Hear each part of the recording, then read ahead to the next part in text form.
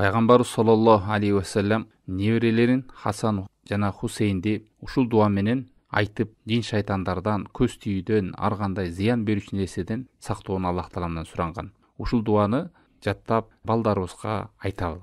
Пайгамбар саллаллаху алейхи ва саллям айтат: атаңар, ушу Ибрахим алейхиссаламды айтат, ушу Исмаилди жана Исхакты дагы ушул дуа менен айтчу эле деп. Бул мааниси оэйдукума бикалиматиллахи таама деген, мен Аллах Тааламдан жардам сурайм, толук Аллах Тааламдын сөзү менен деп. Эч бир кемчилиги жок, ар бир айыптан аруу Аллах Тааламдын сөзү бул.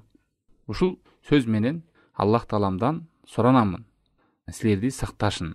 Эмнелерден? Мин кулли шайтанин ва хамма, ар бир шайтандан жана хамма деп өлүмгө душар болот, зыян берүүчү нерселерден дагы сакташын суранам. О мин кулли айнин ламма, жана ар бир тийип кетүүчү көздөн дагы сактоону суранам дейт.